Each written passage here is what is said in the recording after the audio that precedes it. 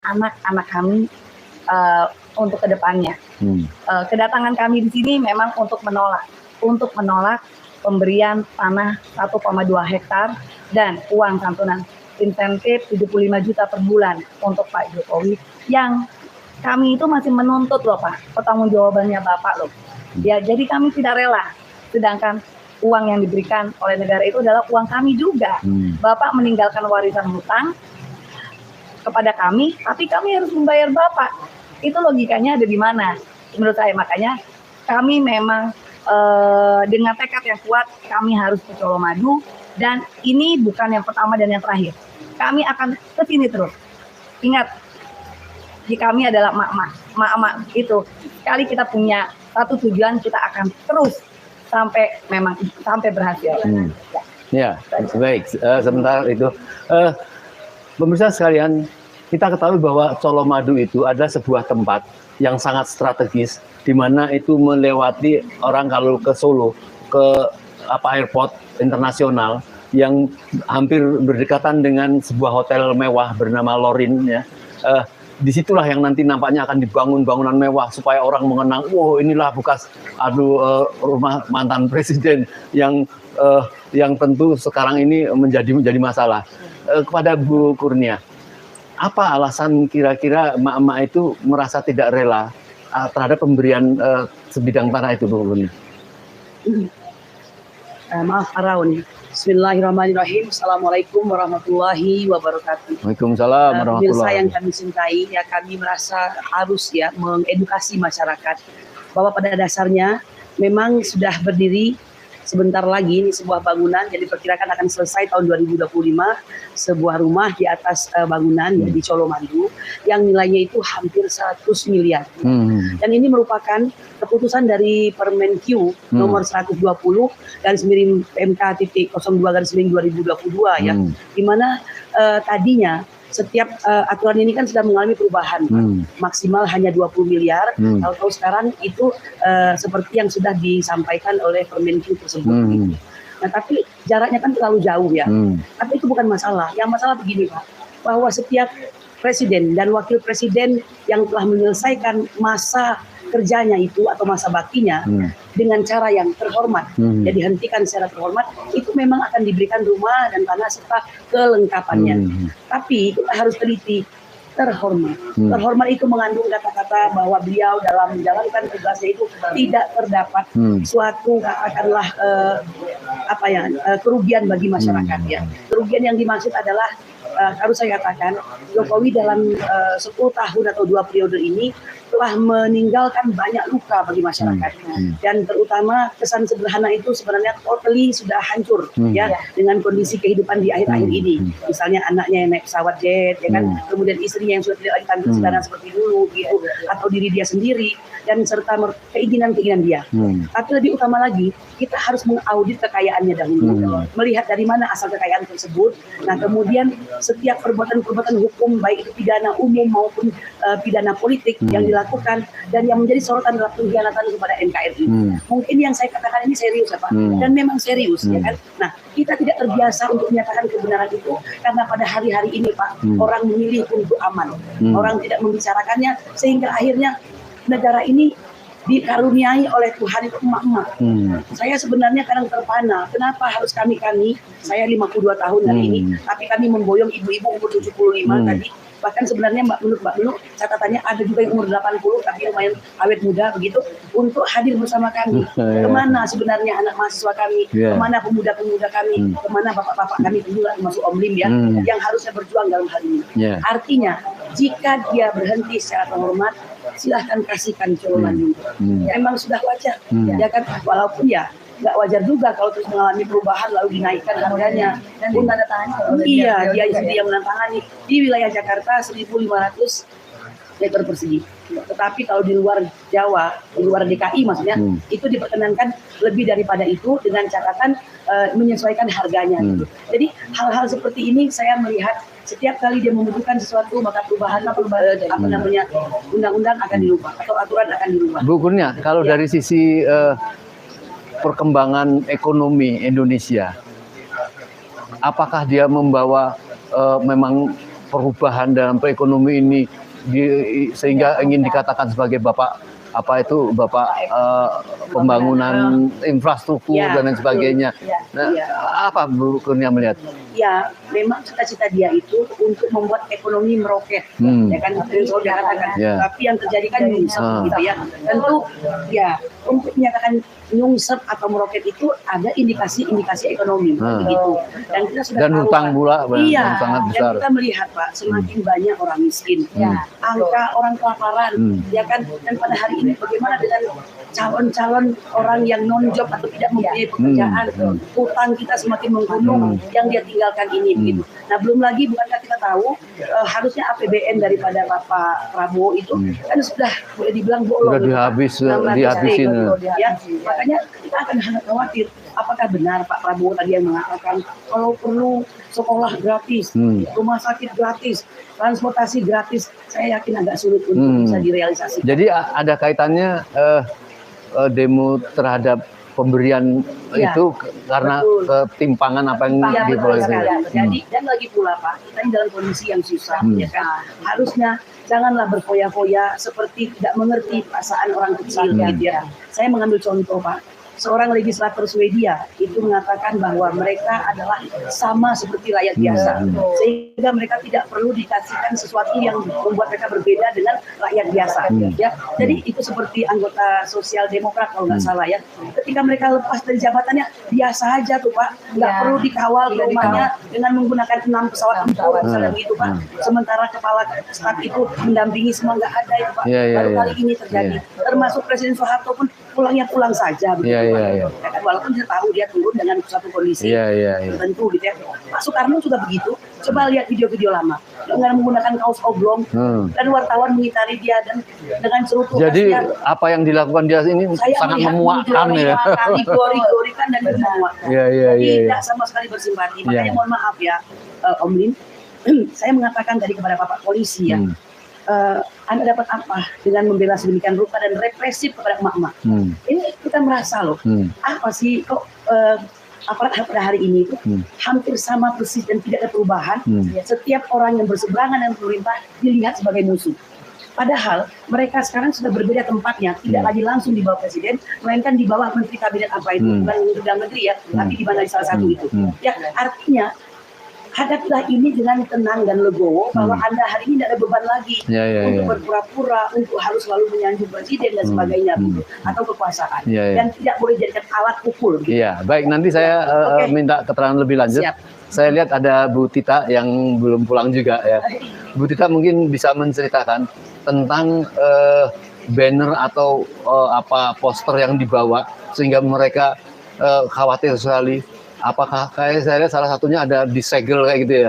Terus gimana ceritanya sampai diambil sama orang preman atau polisi atau siapa itu yang ambil Bu? Assalamualaikum warahmatullahi wabarakatuh. Saya akan menceritakan sedikit kronologis kejadian hari ini di depan Colomadu calon Colomadu. Jadi kami sebagai rakyat, aliansi rakyat gugat, ditemani dengan beberapa aliansi-aliansi dari berbagai daerah di luar Jakarta, datang ke Solo untuk menyuarakan aspirasi. Akan tetapi, setelah diceritakan juga dengan Pak Om Ling tadi bahwa SP pun sudah dipermasalahkan, perpindahan dari kami menginginkan Colomadu dipindahkan ke Balai Kota. Ketika kami benar-benar emak-emak tidak mau melakukan di Balai Kota, kami kan tetap di Colomadu. Tiba-tiba ketika kami memasang banner, poster segel di depan pintu gerbang, dan emak-emak sedang orasi, orasi, saya juga sedang menunjuk-nunjuk poster. Ada empat orang rambut gondrong dengan cepat merampas semua, baik itu poster, baik itu banner, baik segel yang di atas itu, tanpa memberi kami kesempatan untuk kami terkejut dan mereka lari pun, merampas pun dengan menjatuhkan salah satu ibu-ibu dari kami yang sudah sepuh. Dan tidak ada yang ketakutan dari ibu-ibu yang ada itu bagaimana? Kalau ketakutan enggak, karena kami memang sudah apa ya, mental kami sudah terbiasa. Karena nyali kami itu lebih bagaimana caranya supaya kebenaran itu ditegakkan gitu. Jadi bagaimana perebutan banner tadi yang oleh apa? Saya lihat Kami tadi ada kejar-kejaran itu ya. Ya, beberapa teman kami mengejar dan kami teriak maling. Oh gitu. Maling, kejar maling. Semua pengendara juga kaget. Malingnya siapa? Gitu. Ada satu polisi Iya. atau ya bebas pakai. Iya, Akan preman. merebut poster yang ada di bawah. Oh. Saya enggak, dia tarik saksi. Ditarik. Ya untung saya berhasil. Iya. Ada perlawan dikit. Iya. Akhirnya dia lari. Iya. Itu aja ya. Iya. Yang membuat saya ini mereka berani sama Iya. eyang istilahnya kan eyang Iya. di atas umur 70 kan Iya. sepertinya udah eyang. Iya. Apa mereka nggak punya ibu gitu. Kita itu bergerak tidak ada yang namanya bawa senjata. Kita tuh punya video ya. Agak dekat, Mbak. Tidak bawa senjata, kami baik-baik, hanya membutakan dan tidak mewakili siapapun, hanya mewakili diri sendiri Iya. dan menyuarakan dan membantu rakyat Iya. untuk masa depan anak cucu kita, Iya. bukan untuk siapa-siapa. Iya. Tapi perlakuannya benar-benar sangat kejam Iya. gitu loh. Baik, Mbak Dita. Iya. Tolong jaga stamina ya, semangat bersama-sama karena yang dilakukan ibu-ibu ini saya yakin bukan berdasarkan kepentingan pribadi kan. Ini merasa terwakilkan ya gerak dari rakyat ya. Mbak Menu. Ini gimana ceritanya kok tahu-tahu ada yang dari Jawa Timur, ada dari Surabaya bersatu. Apakah emak-emak ini sudah ada jaringan yang saling kontak-mengontak untuk melakukan perjuangan seperti ini? Oke. Sebetulnya ini adalah dari pikiran saya aja nih ya. Jadi awalnya itu banyak yang berasumsi bahwa untuk menyatukan emak-emak itu adalah sulit. Ya. Kemudian timbullah ide untuk, karena saya melihat gini, setelah pasca tanggal 20 semuanya menjadi turun ya, suhu politik Jokowi cenderung turun. Ya, jadi artinya kecuali kita ngomongnya sebelum 411 nih yang kemarin ya, rencana ini gitu ya. Akhirnya saya ada beberapa dengan memang kami ini sebetulnya selalu walaupun berjauhan tapi kami baik. Jadi terjadilah komunikasi antara dengan Bunda Mary, kemudian Ibu Rosida dari Surabaya, kemudian Bu Uri dari Solo. Kemudian karena memang Bu Uri adalah nomor satu yang kita hubungi, saya hubungi karena memang disinilah titik kumpul kita untuk kebetulan kan Pak Jokowi baliknya ke Solo ya. Saya lihat tadi aja. Sebelum berangkat ke lapangan soal ke beberapa sesepuh ini juga yang tadi ada ke Pak Mudrik. Saya lihat Pak Mudrik kayak memberikan restu, pokoknya tidak terima kalau dihalangi. Bisa ceritakan? Oh iya, jadi gini, memang dengan Pak Mudrik itu ada hubungan khusus ya antara kami aktivis dengan Pak Mudrik. Kami menganggap Pak Mudrik itu adalah ayah kami. Dan dia selalu memberikan kami pencerahan-pencerahan. Dan karena terus terang kami ini Omnim bukannya aktivis murni, tapi kami adalah asli ibu-ibu yang kami akhirnya sebetulnya kami ini belajar otodidak dan salah satunya kami dapati dari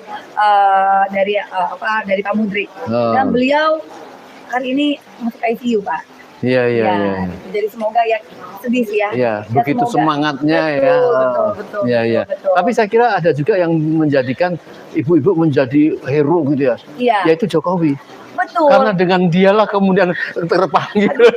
Betul. Jadi gini loh Pak.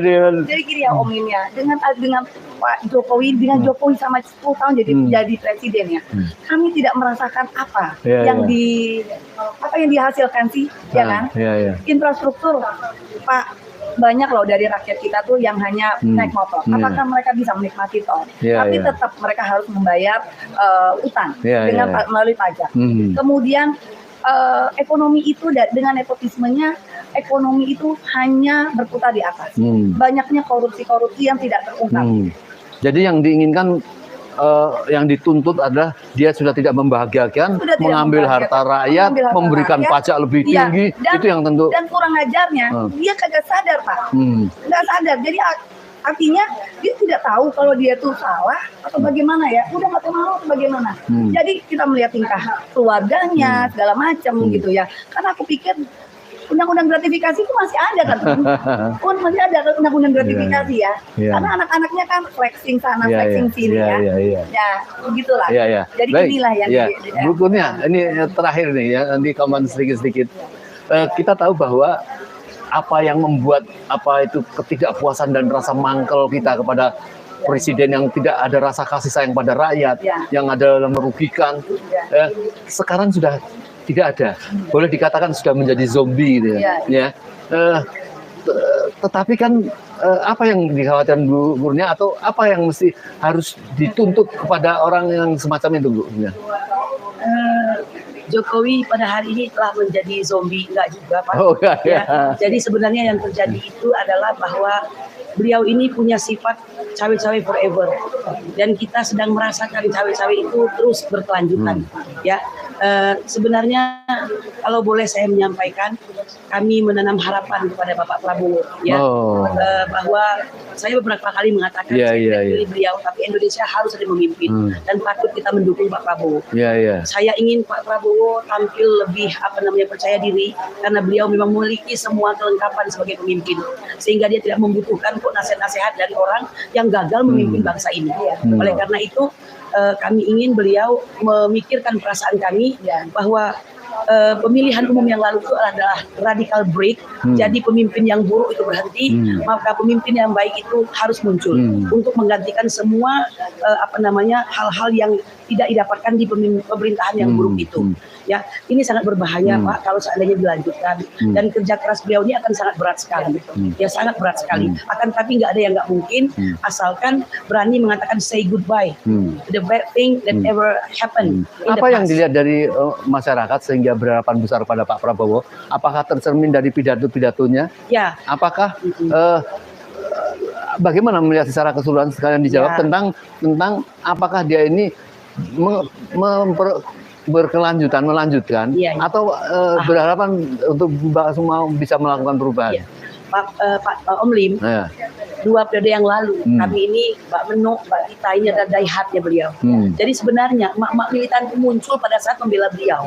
Ya kan, ini adalah pasukan emak-emak dari Pak Prabowo. Iya, seharusnya kan. Nah, tapi kekecewaan itu muncul ketika beliau berkoalisi dengan Pak Jokowi. Kan? Nah, jadi kami mengatakan demikian. Jauh sebelum beliau berkoalisi, beliau itu adalah tentara, jiwanya korsa, ya kan? Dan beliau ini seperti dipengaruhi oleh sikap-sikap Bung Karno. Ulama-ulama saja percaya sekali ya. Iya, jadi kalau dia bilang betul, kami ini adalah pasukan emak-emak daihatnya Pak Prabowo, dan aku adalah salah satu yang datang ke Kertanegara pada saat Pak Prabowo pamitan untuk itu. Kami percaya Pak, pada saat itu kami percaya sekali, tapi kami tetap di jalan untuk berperang sendiri melawan Jokowi dengan cara kami. Sekarang dengan adanya Pak Prabowo menjadi presiden, satu perubahan yang kami rasakan adalah adem. Indonesia menjadi adem. Pada saat Jokowi menjadi presiden, kita dipecah belah. Jadi pada saat yang periode kedua, kita dipecah belah. Ada rasa sebel kepada yang memilih Jokowi ya, tapi sekarang begitu Pak Prabowo menjadi presiden, besar sekali perbedaannya. Semuanya menjadi kayak cooling down, ya kan? Artinya kami ini memang percaya kepada kepada Pak Prabowo, karena kami ini adalah memang yang dulu itu selama 10 tahun ya Pak Prabowo itu melawan itu. Kami ini memang selalu ada. Kami ini selalu ada di belakang Pak Prabowo. Jadi sekali lagi saya percaya kepada Pak Prabowo, dan kami siap Pak. Sekarang ini pun kami tidak akan berubah untuk selalu melawan Jokowi ya. Sampai tuntutan kami untuk diadili, dan kami hanya memohon kepada Bapak supaya jangan lindungi Pak orang yang memang sudah bersalah kepada negara ini dan kepada anak-anak kami. Itu aja. Semoga Pak Prabowo entah melalui siapa mendengarkan apa yang telah disampaikan dari ibu-ibu yang bahkan dengan jujur polosnya mengatakan sejak 10 tahun sebelumnya ya, atau pada saat Pak Prabowo bersaing dengan Pak Jokowi, ini mereka mengaku orang yang sangat percaya. Iya. Oleh karenanya, insya Allah yakin Pak Prabowo akan menjaga kepercayaan para emak-emak ini, dan tentunya mereka rasanya tidak rela, bukan tidak rela melihat Pak Prabowo berkasih sayang, tolong menolong dengan Jokowi secara manusiawi, bukan, tetapi tidak ingin Pak Prabowo mencampur adukan antara kebatilan dengan kebenaran, ya, bahwa tentang IKN itu Pak Prabowo sudah menegaskan saya tidak akan mengembangkan di sana, itu melegakan hati rakyat, bukan tidak suka pembangunan, tetapi ini ada sesuatu yang memang ada rasa yang ingin menghilangkan sebuah ibu kota yang sudah dalam sejarah ujuk-ujuk mau memindahkan itu. Ini saya katakan yang lain. Dan semoga apa yang menjadi harapan Ibu Indra tadi bisa diperhatikan Pak Prabowo, dan cukuplah Pak Prabowo percaya diri, rakyat pasti akan mendukung, ya, tidak perlu mencari dukungan dari orang yang tidak dipercaya oleh rakyat. Saya kira mungkin itu. Ada sedikit yang mau tambahin? Cukup. Billahi taufiq wal hidayah.